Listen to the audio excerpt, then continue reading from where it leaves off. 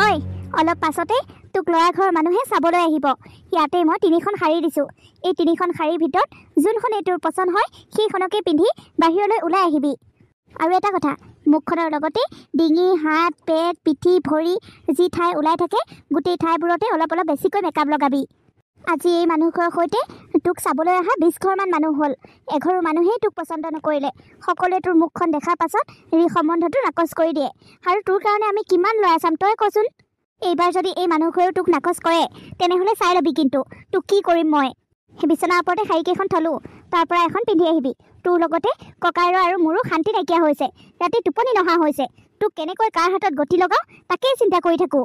মাৰে বাপেৰে কলি এজনীক জন্ম দি মৰি গুচি গ'ল আৰু আমাৰ দেউতাক তোক ওলমাই থৈ গ'ল। এতিয়া তোক আমি কাৰ হাতত গোটাওঁ কচোন। তোৰ দিনক দিনে যিমানেই বয়স বাঢ়ি বাঢ়ি গৈ আছে ককাইৰৰ সিমানেই ৰাতি টোপনি নোহোৱা হৈ হৈ আহি আছে। প্ৰতিঘৰ মানুহে যদি তোক চাবলৈ আহি নাকচ কৰি কৰি থৈ যায় তেনেহ'লে তোৰ ককাইৰে কেনেকৈ শান্তিত থাকিব পাৰে তই কচোন। নব, তুমি মোক বিশ্বাস কৰা। তোমালোকে মোৰ কাৰণে ইমান চিন্তাত পৰি থকা বুলি শুনিলে মোৰ একেবাৰে ভাল নালাগে। মই নিজেই নাজানো ভগৱানৰ ওচৰত মই কি দুখ কৰিছিলোঁ, যাৰ শাস্তি হিচাপে ভগৱানে মোৰ গাৰ ৰংটো ইমান ক'লা কৰি পঠালে। কিন্তু নব, মই এই ক'লা ৰংটোক একেবাৰে বেয়া নাপাওঁ। মই মোৰ গাৰ ৰংটো বৰ ভাল পাওঁ। কিন্তু মানুহবোৰে কিয় ইমান বেয়া পায় মই বুজি নাপাওঁ। মোৰ ৰংটোক লৈ মানুহবোৰৰ কিয় ইমান সমস্যা মই সেইটো কথাই বুজি নাপাওঁ। মোৰ গাৰ ৰং মোৰ লগত আছে, তাতেই কাৰ কি হ'ল বাৰু? মানুহবোৰে মোক কেলে ঘৃণায় বাৰু?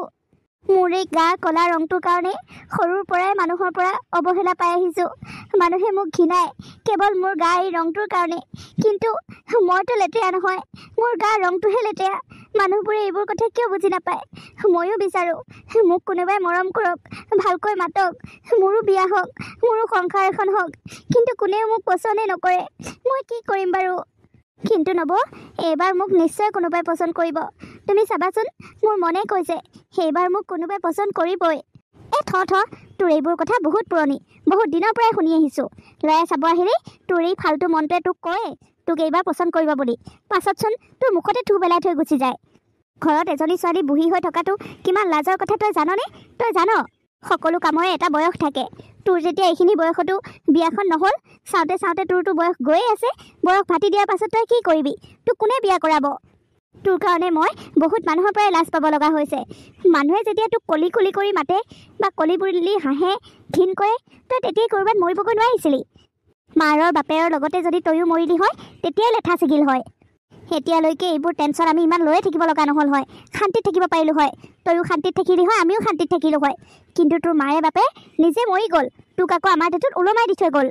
নব, ভগৱানে দিয়া এই জীৱনটো বহুত মূল্যৱান। সেই জীৱনটোৰ লগত মই কেনেকৈ হেতালি খেলোঁ। মই নিজক বহুত ভাল পাওঁ নব। মই কলি হ'লোৱে যেনিবা, মানুহে মোক যিমানেই নিঘিনাওক কিয় মই নিজক বহুত ভাল পাওঁ। মই মানুহৰ কথা শুনি নিজকে কেনেকৈ শেষ কৰি দিব পাৰোঁ। এনেও নব, মোৰ মায়ে মোক আগতে বহুতবাৰ কৈছে মই বোলে দেখিবলৈ আকাশৰ জোনটোৰ দৰে ধুনীয়া। কিন্তু মানুহবোৰে মোক কেলে ঘিণ কৰে মই সেইটো কথাহে বুজি নাপাওঁ। সঁচা কথা ক'বলৈ গ'লে মায়ে কোৱাই নহয়, ময়ো নিজকে অনুভৱ কৰোঁ মই ৰাতি সেই আকাশত ওলোৱা জোনটোৰ দৰে ধুনীয়া। মানুহবোৰে মোক বুজি নাপায়, মানুহবোৰে মোক ঘৃণায়, কিন্তু মই মোৰ মুখখন বৰ ধুনীয়া দেখোঁ নব।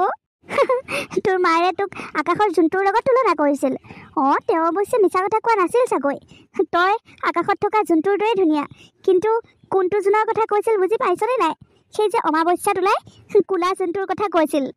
অমাৱস্যাৰ জোনটো যেনেকৈ কেটকেটকৈ ক'লা, তয়ো ঠিক তেনেকৈ কেটকেটকৈ ক'লা, বুজিছ?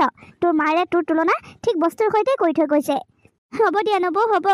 মোক আৰু তুমি ইমান অপমান কৰিব নালাগে। মোৰ গাৰ ৰংটোৰ কাৰণে মোক আৰু অপমান নকৰিবা। মই ইমান অপমান সহ্য কৰিব নোৱাৰোঁ নব, বহুত দুখ লাগে। এনেও মা দেউতাক হেৰুৱা দুখখন মোৰ যোৱাই নাই। এতিয়া আকৌ মোক এনেকৈ ঘৰখনতে থকা শান্তি নোহোৱা নকৰিবা নব।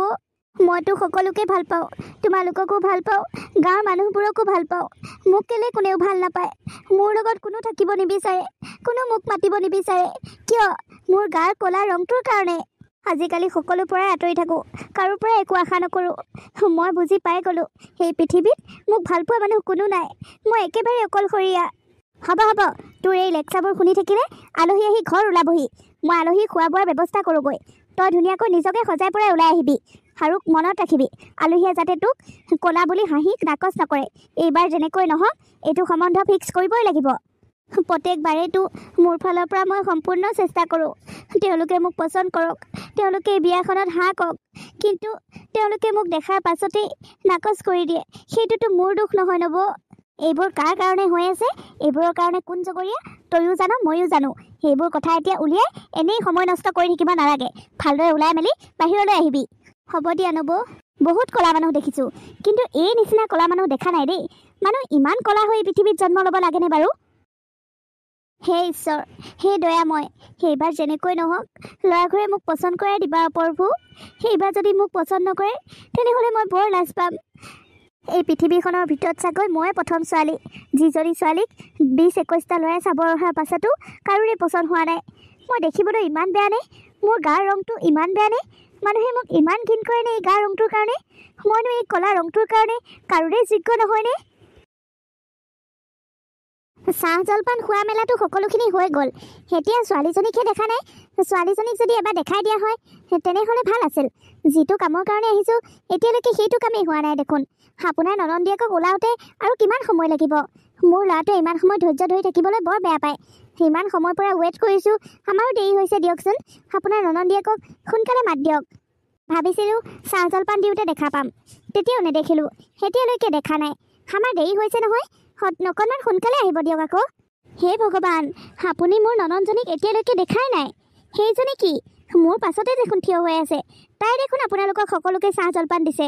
আপোনালোকে দেখোন দেখিয়ে আছে। অঁ, তাৰমানে আপোনালোকে ইমান মন কৰা নাই চাগৈ ন? ইটো সিটো কামত লাগি আছে যে তাই, সেইকাৰণে চাগৈ। অঁ, তাইৰ গা ৰংটো অকণমান কম, কিন্তু তাই মনৰ পৰা বহুত ভাল। ঘৰৰ যি কাম বন আছে সকলো কৰিবলৈ জানে। একো ফালৰ পৰাই আপোনালোকে তাইক ফেৰ মাৰিব নোৱাৰে। যি কয় যেনেকৈ কয় তাই তেনেকৈ থাকিব, তেনেকৈ কৰিব। তাই বহুত সহজ সৰল ছোৱালী। ভাত তৰকাৰী ৰন্ধা বঢ়াৰ কথাটো ক'বই নালাগে। যি ষ্টাইলত যেনেকৈ সোৱাদ বিচাৰে তাই তেনেকৈ ৰান্ধি দিব জানে। মই আপোনালোকক কথা দিছোঁ, আপোনালোকৰ ঘৰৰ বোৱাৰী যদি তাইক কৰে আপোনালোকৰ ঘৰখন তাই চৰক বনাই দিব। যিজন ল'ৰাৰ সৈতে তাই বিয়া হ'ব সেই ল'ৰাজনৰ ভাগ্য মুকলি হ'ল। ল'ৰাৰ সৈতে তাই বিয়া হ'ব সেই ল'ৰাজনৰ ভাগ্য মুকলি হ'ল বুলিয়ে ভাবিব আৰু। কি সেইজনী তোমাৰ ননন্দীয়ে? সেইজনী ছোৱালীক চাবলৈ আমি ইমান কষ্ট কৰি ইমান দূৰৰ পৰা আহিছোঁ। দিনটো ক্ষতি কৰি আমি এই কলিজনীক চাবলৈ আহিছোঁ। কোন ক'ত আছ? মোৰ মূৰত তেল পানী দে, তেল পানী দে। এইজনীক মোৰ ঘৰ বোৱাৰী কেনেকৈ কৰিম? হে ভগৱান, এইজনী ইমান কুৎসিত। এইজনী যে ইমান সময়ৰ পৰা আমাৰ আশে পাশে আছিল মই গমেই পোৱা নাছিলোঁ। মই ভাবিছিলোঁ ক'ৰবাৰ পৰা কাম কৰিবলৈ আহিছে চাগে, বন কৰা ছোৱালী বুলি ভাবিছিলোঁ। আলহী দুলহী অহাৰ কাৰণে ভালকৈ ড্ৰেছ পোছাক পিন্ধি আছে তেনেকৈ ভাবিছিলোঁ। এই কলিজনীক যদি মোৰ ঘৰ বোৱাৰী কৰোঁ তেনেহ'লে সমাজত মই নাক উলিয়াব নোৱাৰিম। আপোনালোকেতো কৈছিল ছোৱালীজনীৰ গা ৰংটো অকণমান কম, মিঠা বৰণীয়া, কিন্তু ইমান কলি বুলিতো আপোনালোকে কোৱা নাছিল। মই ভাবিছিলোঁ অকণমান ক'লা চাগে। কি সেইজনী ইমান কুৎসিতজনীক মোৰ ঘৰ বোৱাৰী কেনেকৈ কৰিম? মোৰ ল'ৰাটোৱে চাওকচোন, ল'ৰা মানুহটো হৈ কিমান ধুনীয়া বগা। মোৰ ল'ৰাটোৰ লগত এইজনী মিলিবনে? মেকআপ চেকআপ কৰাৰ কাৰণে চাগে আজি অকণমান বগা বগা লাগিছে। এইবোৰ চাগে ধুই দিলে আৰু ক'লা হৈ যাব। এইজনীক মোৰ ঘৰ বোৱাৰী কেতিয়াও নবনাওঁ। তাইৰ গা ৰংটোহে অকণমান ক'লা, বাকী ফালৰ পৰা তাই গুণৱতী। আৰু আপোনালোকে চিন্তা নকৰিব, আমাৰ 2-3 বিঘা মাটি বাৰী আছে নহয়, তাইৰ ভাগত এবিঘা মাটি থৈ দিছোঁ। আপোনালোকে যদি তাইক বিয়া কৰাই আপোনালোকৰ ঘৰ বোৱাৰী কৰে তেনেহ'লে তাইৰ লগত আমি মাটি এবিঘাও দি দিম। গোটেই ঘৰৰ কাম বন কৰিব পাৰে। আপুনি যদি বিচাৰে গোটেই দিনটোৱে তাই কাম কৰি থাকিব। আপুনি যেনেকৈ কয় তাই তেনেকৈ কৰি দিব। তথাপিতো আপোনালোকৰ ঘৰৰ বোৱাৰী বনাই লওক তাইক। আপোনালোকক তাই কেতিয়াও প্ৰতিবাদ নকৰে। আপোনালোকে যেনেকৈ ৰাখে তাই তেনেকৈ থাকিব। হ'ব, তাই ইমান গুণ গৰিমাৰ কথা আমাক কৈ থাকিব নালাগে। আমি সেইবোৰ শুনিবলৈ অহা নাই। তাইকতো আমাৰ ঘৰ বোৱাৰী এনেও নবনাওঁ। আপোনাৰ যদি তাইলৈ ইমানেই বেয়া লাগে তেনেহ'লে আপোনাৰ পৰিয়ালতে আপোনাৰ ভাই ককাই কাৰোবালৈ তাইক বোৱাৰী কৰি নপঠায় কেলে? আমাক ইমান জোৰ জবৰদস্তি কৰিব নালাগে আৰু টকাৰ গৰম আমাক দেখাবও নালাগে। আমাৰ টকা পইচা নোহোৱা হৈ থকা নাই, মাটি বাৰীও নোহোৱা হৈ থকা নাই। কেইটকামানৰ কাৰণে অকণমান মাটিৰ কাৰণে মই মোৰ ল'ৰাটোৰ জীৱনটো অন্ধকাৰ কৰি দিব নোৱাৰোঁ নহয়। এইজনীক মোৰ ল'ৰাটোৰ লগত ওলাই গ'লে কেনেকৈ দেখিব? তাৰ লগৰবোৰেও তাক হাঁহিব। সি মানুহৰ আগত কম লাজ পাবনে? আমি কম লাজ পামনে? আমাৰ পৰিয়ালত ইমান ক'লা মানুহ আজিলৈকে জন্মই হোৱা নাই। এইজনীক নি বোলে মই আমাৰ পৰিয়ালত ক'লা মানুহৰ সৃষ্টি কৰিব নিবিচাৰোঁ। বহুত ক'লা মানুহ দেখিছোঁ, কিন্তু এইজনীৰ দৰে ক'লা মানুহ মই দেখা নাই দেই। দৰকাৰ পৰিলে এটকা নোহোৱা ভিক্ষাৰী ঘৰৰ বগী ছোৱালী এজনীকে আনিম, তথাপিতো এইজনীক আমাৰ ঘৰ বোৱাৰী নবনাওঁ। আপুনি একেবাৰে খঙেই কৰিছে। এইটোনো কি ইমান ডাঙৰ কথা? এইটো বৰণ তাই নিজেই বনাই লৈছে জানো? এইটো ভগৱানেহে তাইক দিছে আৰু মানুহবোৰনো কি কথা আছে? সিহঁতে কেইদিনমান ক'বই আৰু কেইদিনমান খোৱা কামোৰা লগাৰ পাছত সকলোৱে পাহৰি যাব। সময়ৰ লগে লগে সকলো ঠিক হৈ যাব। আমাৰ এই ইমান বেয়া নহয়। আপোনালোকে অনুগ্ৰহ কৰি অকণমান মনে মনে থাকক। মই কাৰো ঘৰলৈ জোৰ কৰি বিয়া হৈ যাব নিবিচাৰোঁ। আচলতে মই বিয়াই হ'ব নোখোজোঁ। মানুহ কি বিয়া হ'লেহে মানুহ নেকি? বিয়া নোহোৱাকৈ এইখন পৃথিৱীত কোনো মানুহ জীয়াই থকা নাই নেকি? দয়া কৰি আপোনালোকে ইয়াৰ পৰা যাওকগৈ। মই আৰু ইমান অপমান সহ্য কৰিব নোৱাৰোঁ। মোক আপোনালোকৰ ঘৰৰ বোৱাৰী বনালে আপোনালোকক মানুহে হাঁহিব ন? সমাজত আপোনালোকে লাজ পাব। তেনেহ'লে মই থকা এনেকুৱা এখন ঘৰলৈ আপোনালোকে আহিছে যে আপোনালোকৰ তেতিয়া লাজ নাযাব জানো? যাওকগৈ যাওক, ইয়াৰ পৰা অতি সোনকালে যাওকগৈ। মোৰ নিচিনা কলি ছোৱালী এজনী কেতিয়াও বিয়া নহয়, কেতিয়াও বিয়া হ'বই নোৱাৰে। ঘৰখনৰ মানুহেই মোক হাঁহে, মই ঘৰখনতে অপমান পাই থাকোঁ। এতিয়া আৰু লোকৰ পৰা অপমান পোৱাটো একেবাৰে স্বাভাৱিক কথা। তই ঠিকেই কৈছ, তোক কোনেও পচন্দ নকৰে, তোৰ কেতিয়াও বিয়াই নহয়। কোনে পচন্দ কৰিব? তোক কোনে নিজৰ ঘৈণী বনাবলৈ সাজু হ'ব? আৰু তই যদি জানই আমি আহি তোক পচন্দ নকৰিম বুলি, তেনেহ'লে তই আমাক তোৰ ঘৰলৈ কেলৈ মাতি পঠাইছিলি হা? ককাইৰে বৰে আগত কেলৈ আমাক মাতি পঠাইছিলি? আমাক কি কাম বন নোহোৱা মানুহ বুলি ভাবিছ নেকি? ঘৰে ঘৰে এনেকৈ চাহ জলপানৰ জুতি লৈ ছোৱালী চাই ঘূৰি ফুৰিবলৈ? মুখখন দেখিবলৈ যোগ্যই নাই, কেটৌটো কোলা, ইপিনে আকৌ মুখৰ কথাবোৰ নুশুনা কেলে? তোক আমাৰ ঘৰৰ বোৱাৰী হোৱাটো দূৰৰে কথা, আমাৰ ঘৰ বন্ধ কৰা মানুহ হিচাপেও নাৰাখোঁ আমি।